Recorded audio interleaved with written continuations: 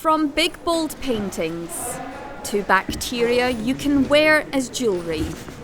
It can only be the Duncan of Jordanstone degree show, and it's back open for the first time in 2 years. So you'll find that across all the different areas there'll be some work that relates to what that whole experience, what it's like to be alive today and to have gone through 2 years of incredible challenge through the lockdown and the pandemic. So people have been affected in very different ways, but they've been astonishingly creative, imaginative, resilient. That's all I can say. The pandemic forced the annual event online and created challenges for students accessing materials and being with their peers. For some, it gave them inspiration. Leah was forced to isolate due to a medical condition which made her vulnerable to coronavirus. She used that experience to create her final piece. If I had to see any friends at all, I'd have to see them out my second-storey flat window.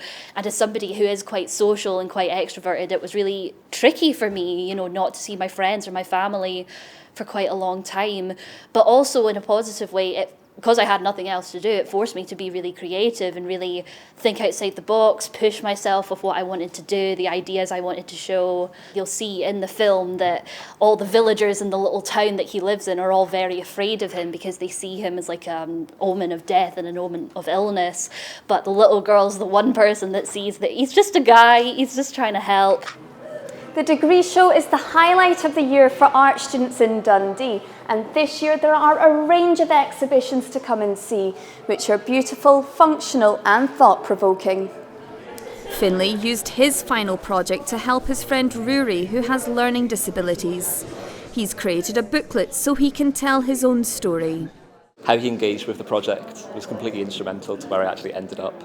The project kind of treads a line between a research tool and a kind of final product, in that every interaction between the kit and Rue is an act of research, and it shows insights into his life and how he chooses to be viewed.